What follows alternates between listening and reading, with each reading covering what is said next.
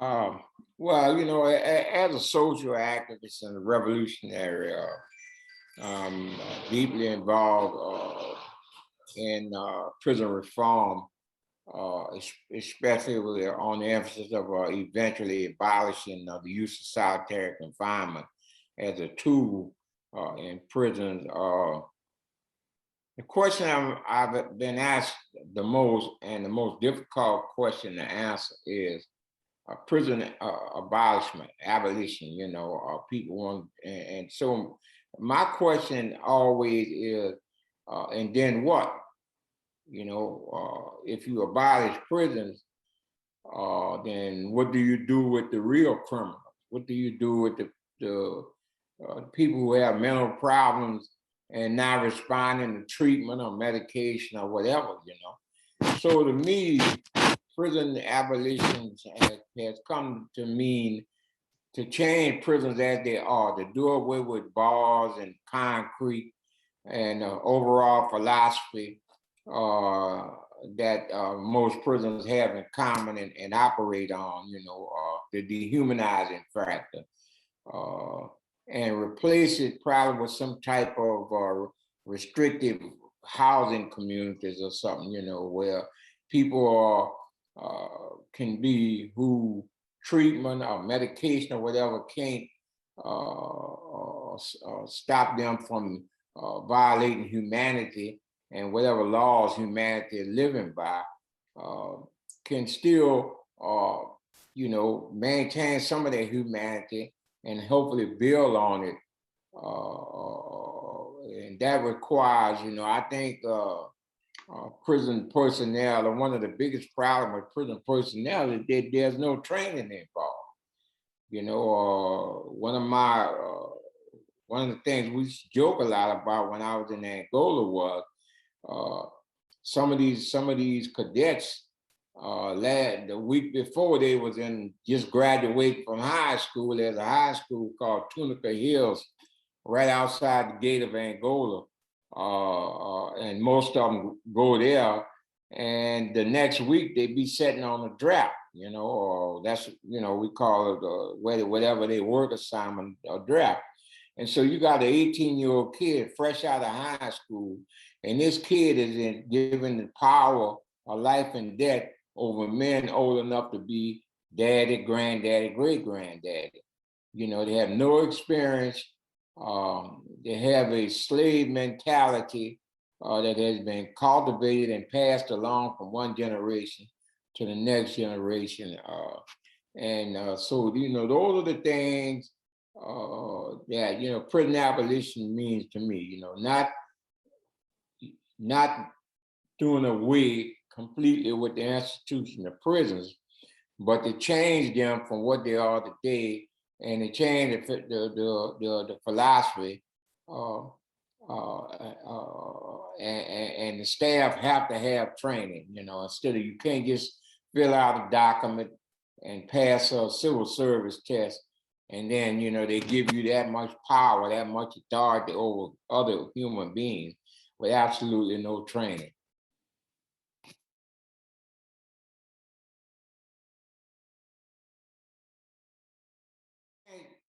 Robert and Harmony and I were able to survive solitary confinement because, we all three of us had joined the Black Panther Party, and we had done some of the required reading of the party, certain books, and so we had a level of consciousness and a political awareness when we were placed in solitary confinement in 1972.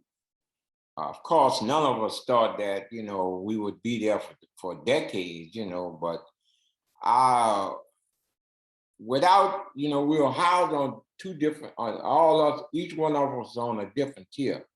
But because of our membership to the party, because of the teaching of the party, we come to the conclusion that if we were going to survive solitary, and of course we only thought it would be maybe a couple of months or something like that we had to turn outward and let society, what was going on in society, uh, influence us and not turn inward and embrace the prison culture, survival by any means necessary. Victimizing other prisons, a very low to no standard of human decency. All of these things are drummed into you by prison, particular prison security, because in order for them to treat you a certain way and not feel guilty, if possible, they have to dehumanize you. It's a carryover from chattel slavery. In order for the plantation master to treat slaves the way they did, they had to dehumanize them. They had to see them as being less than human. And so that philosophy, is pretty much very much alive in prisons. It's a culture that's shared in prison from one end of the country to the other. And so so that gave us, I guess you could say, a tool or a weapon to fight against solitary confinement. We had a level of conscience. We were political aware. We had discovered our humanity, and we had vowed to uphold certain principles of humanity, and no matter what the cost was. And so I think that helped us. And the fact that we were also looked upon as leaders by the men we lived around also played an important role, because we had, one of the things, particularly me personally, is I hate hypocrisy. So, I had to live according to the teachings that I was using for other men. And I think that helped me, because in order for me to have, knowledge is the greatest teacher. So I had to, continuously educate myself, upgrade my knowledge, build upon my wisdom from my experiences. And so that made it possible for me to stay focused, made it possible for all three of us to stay focused, and it wasn't just about us, but it was the men we lived around. It was about social struggle. It was about maintaining humanity and stuff. So it wasn't us just sitting in a cell and vegetating, not being motivated, not having any positive influences or things like that. So I think that was very important to helping us survive. Of course, with me, I always say, I grew into my mother's wisdom and strength. The thing that she tried to teach me as a very young man that I rejected, and I'm happy to see that I grew into that wisdom. I grew into that strength, that courage. That I grew into the images that I remember that she set for us. So that I think that gave us, I guess you can say, a better chance to survive in solitary confinement than most of the men housed around us. They had no level of conscience, no political awareness. Most of them could barely read or write on that, so they had nothing to do but, sit around and cell 23 hours a day and embrace the anger, the bitterness that they had, and see one another as enemies rather than as comrades or friends, or part of the, not seeing the tier we lived on as a community. And so, part of our responsibility as political activists was to try to develop this level of conscience in the men that live around us, and make it possible for us to live as human beings and not as animals.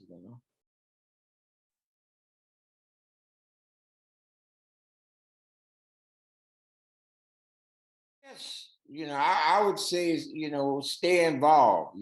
Stay involved with other people in your community, in your churches, synagogues, or mosques, or whatever. Who think in the same time, who primary goal in life is to build a better humanity, not to develop practices or cultures that oppress and suppress people based upon skin color, physical features, hair texture, sexual preferences, or whatever. There's no shortcut and patience. That's the one thing I found to be a problem. I had a problem with it, and I understood it. So I know I can imagine someone just coming into the struggle, and they're struggling so hard for prison reform, and they don't see the results as quick as they think they're going to see them. And they become frustrated.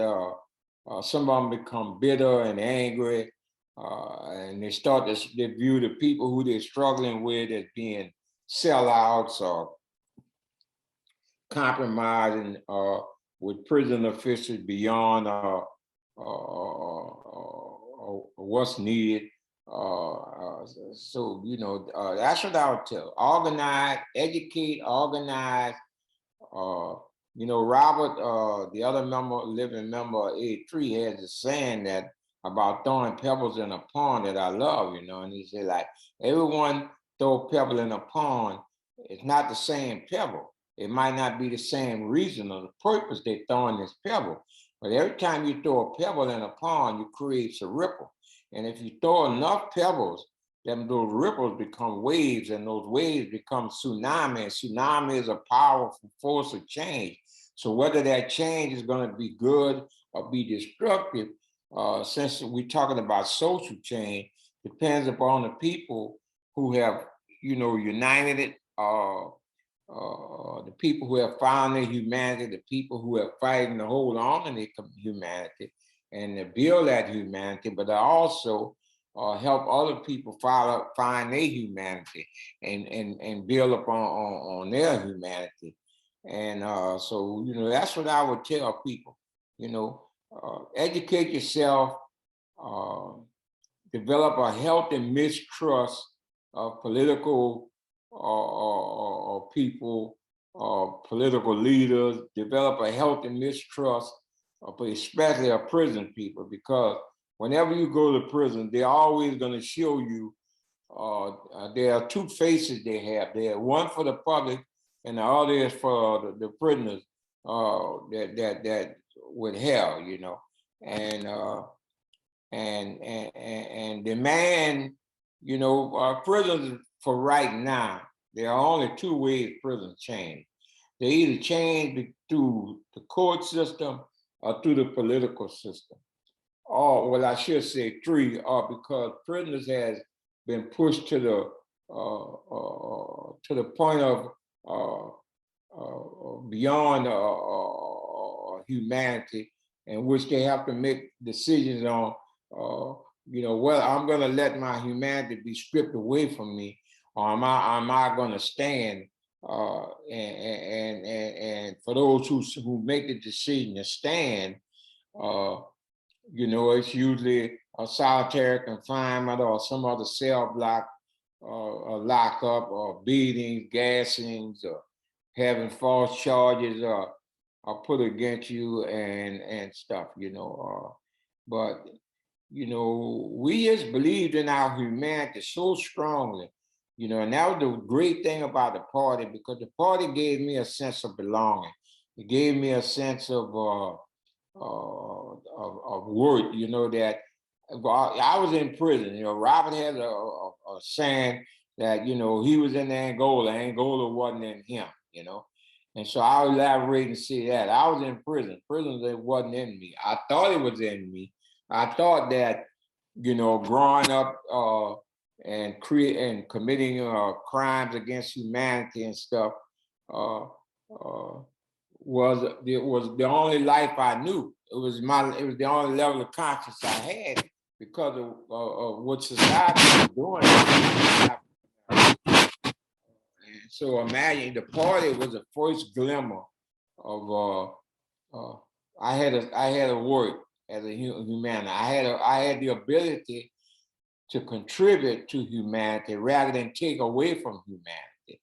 Rather than be a destructive force against humanity, I could be a positive force and help build humanity, help build a better society. You know, a lot of times I'm asked, people, they say, well, they surprised that, you know, I'm not angry and I'm not bitter and stuff. I am angry, I'm not bitter, because, you know, bitterness builds nothing but destruction. You know, so I'm trying to take the anger I feel for the attack upon me individually, and uh, find, you know, use that as a motivating force to not do what the system had designed me to do. You know, I've always said that, you know, our prison cells were meant to be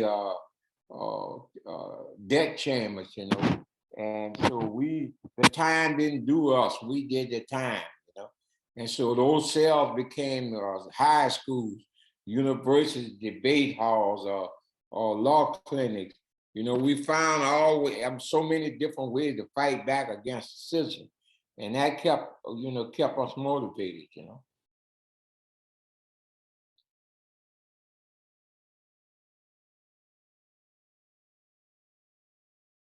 Well, the first thing I would tell them to go beyond intellect and theory, and to go into actual practice. You know, to not just educate themselves about a certain condition or a certain subject, and with the goal in mind of just teaching others what they've learned. You know, or to put that knowledge, you know.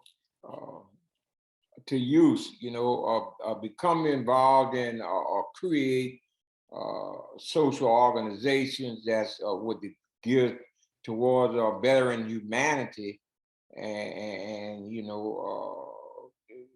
just the old saying, get out of the classroom and get in the street. You know, I think it's still applicable.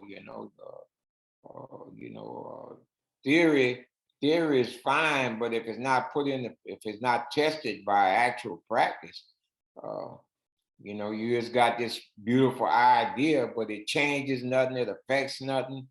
Uh, and so unless you can take those theories and those philosophical views that you have and put them into practice uh, beyond the classroom, uh, you're a beautiful person, but that don't change society.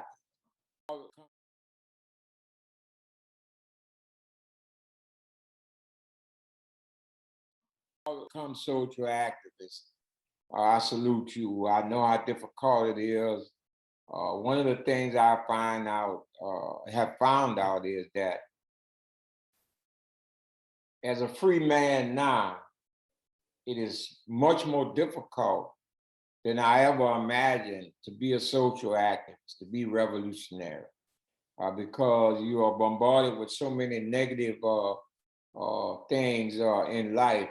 And, so I salute you. I apologize for not being understanding more when I was in prison. What it took to make it possible for me to be sitting here right now, a free man.